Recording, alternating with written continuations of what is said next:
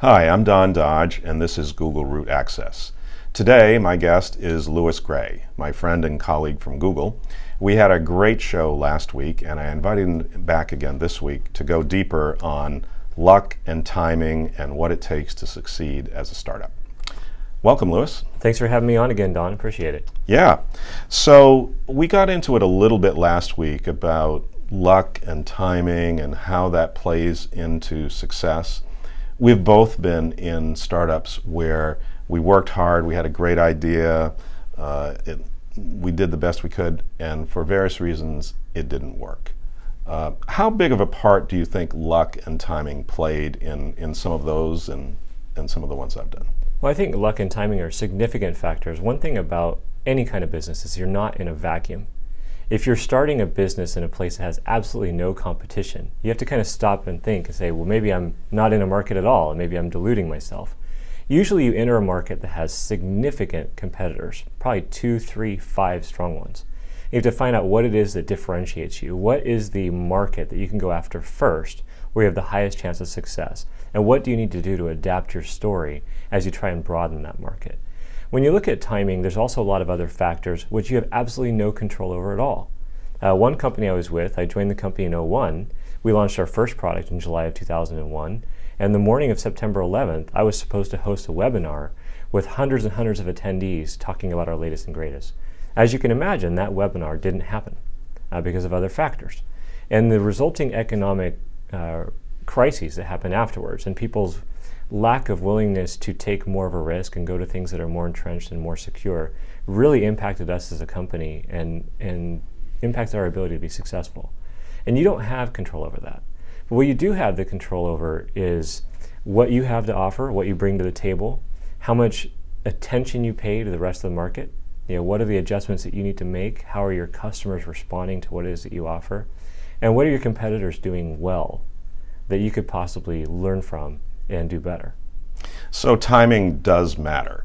In the case of that example you used, September 11th, that was a big catastrophe and no one could have predicted that. But there are other things that you can predict. So give me another example of where timing matters. Well, let's talk about Twitter and Ev Williams. So we always say teams make the difference. But there are many examples where a really smart team, experienced, tried something, failed, pivoted, failed, and then did something. Yeah. I think you and I both know some of the players on that team, but we're not intimately familiar with everything about that team. We start to learn more as we read those stories and talk to people about it. If you look at the origins of Twitter, it came out of Odeo, which originally was a podcasting company making podcasting software. And when Apple integrated podcasting directly into iTunes, their market essentially vanished overnight. And they came up with a number of different ideas to try and keep that company going, one of which was this status update called Twitter that Jack Dorsey and others had come up with. And we all know what's happened in the ensuing years. It really took off beyond anybody's imagination, as far as we could see. And it's really interesting to see how they came to that conclusion out of a company that was in dire straits. And I think sometimes when I talk about timing, sometimes companies and products are ahead of the market where the market doesn't exist yet, but they had a brilliant idea. One of the examples I give often is from Sun Microsystems. And Sun now is a little bit of a dinosaur. It's gone back in time. 10 years ago, 20 years ago, they were huge. And now in the Valley, they're almost like an afterthought in a Wikipedia entry.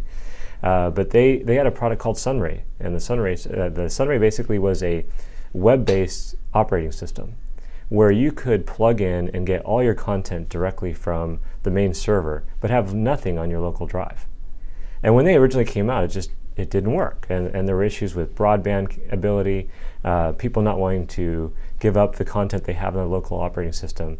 But now you see something like Chrome OS, which I use every single day, where it just makes sense, and I can't fathom running applications locally and having files locally anymore because the cloud has grown up. And web internet, the speeds of internet have grown up so much as well. That is an excellent example. I remember working on a network computer. Larry Ellison and Oracle came up with this idea of a network computer. And this was back in 98, 97, 98, which is exactly what the Chromebook is today. So same idea, but the timing was wrong with the NC, and it's right with Chrome. I remember you talk about 1998, and that was when the iMac came out. And I remember hearing rumors that if you held down the N key, it would boot up and say, "Welcome to the Mac NC." And the original idea was that it was supposed to have been a network-based computer. And then at the last minute, they threw in a 4 gig hard drive, and it all went off to where it is today. But timing is a huge deal. I look at some of the work that we did at BlueArc. You know, the first years I was there, we were selling devices that were exceptionally fast, things that were perfect for post-production and geophysics and bioinformatics. But it wasn't honed enough that you could put it in a core data IT center. And so I would see people who weren't willing to take that risk. But if we had been maybe either more developed and more fully on board by the time that we launched, or if we had probably launched 2 years earlier, we could have been something dramatic. And our timing was just off based on what we delivered versus what the market wanted at the time. So another example of timing that I use often is Angry Birds. Angry Birds was the 50-second game that this team built. So same team, same general concepts, but the 50-second try was a blockbuster billion-dollar hit. Right, which everybody knows and everybody's played a million times. And that's a really cool thing. I've met Mr. Angry Bird himself. I remember seeing him at Google I/O in 2011, always wearing the great outfit. And I know our colleague Martin Omander has met him several times. But it's a really interesting story to see you go from we're trying, and we're not giving up, into something that looks like an overnight success because nobody was watching their first 51 tries.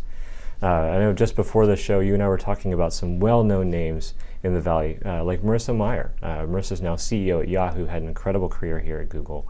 And you look at her story, how did she join Google and become the first female engineer? They were talking about her having upwards of 15 or 30 different job opportunities ahead of her. And she could have selected something else with less risk. She could have gone ahead and picked a consulting company and probably done exceptionally well knowing her work ethic. But she wouldn't have had the transformative career that she had at Google and now at Yahoo as well. You look at Steve Jobs and Steve Wozniak. They both had interesting careers at HP and Atari, developing Breakout. And they could have just stayed there and been comfortable, but instead they wanted to change the world and went off and started Apple. And it's just a really interesting scenario, taking a risk and also finding the right time to do it. So in summary then, be really smart, work really hard, and make the timing right. That's the... Make the timing right, and the way you make the timing right is paying attention to the way that the customers are responding to you, the way the partners and the other stakeholders are responding to you, seeing what's happening in the market. It was not the right time to launch the network computer in 1997. I believe the right time is now, or 2 years ago when I first got my first CR48. You know, the ability to do what you can do today in a always connected world is much different than it was 15 years ago. Louis, this is awesome, great show, and I think maybe we can come back again and talk about why now. Because when investors look at startups, they hear the pitch and they look at the team and they see everything, but to get to the timing question, they say, why now? And as a startup entrepreneur, if you can't answer that question, why now, then maybe you ought to wait. Absolutely, and I think before we go, the one last thing I want to talk about, when you hit Twitter, would they ever have succeeded without the massive penetration of mobile and smartphones? Probably I think if not. they'd just been a website, just another flat website, they would never have seen the stratospheric growth that they've had. And it all started with mobile and the ability to consume the content right there on your phone and update immediately on your phone. And mobile has changed everything. I think you're right. Well, thank you very much for joining us, and join us next time when we get into another topic of great interest. Before we leave, I'd like to remind you of a special offer that we have for Root Access viewers, the $2,000 Google Cloud credit. So if you're developing applications on the cloud, try Google Cloud and get a $2,000 credit. Thank you very much for joining us, and see you next time.